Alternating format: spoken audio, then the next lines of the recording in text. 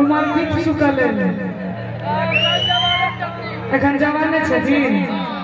भूतपूर्व नौजवान छथि किनका कहै छै ये पगड़ी वाला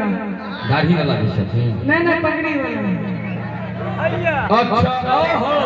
करेगा ठोक के कहै छथिन हमरा हिनका लेल गावन कि जेहने तन अछि भेटल तेहने मन के करू व्यर्थ एहन ओहन नहीं जतन के करू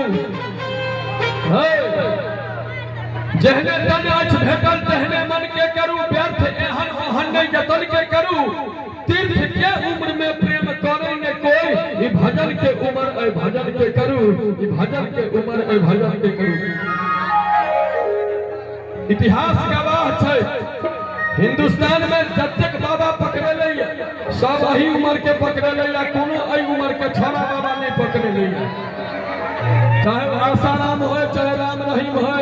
चाहे वो रामफल बाबा हो सब अही उम्र के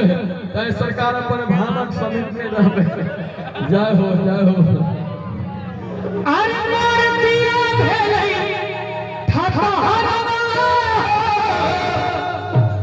हमरा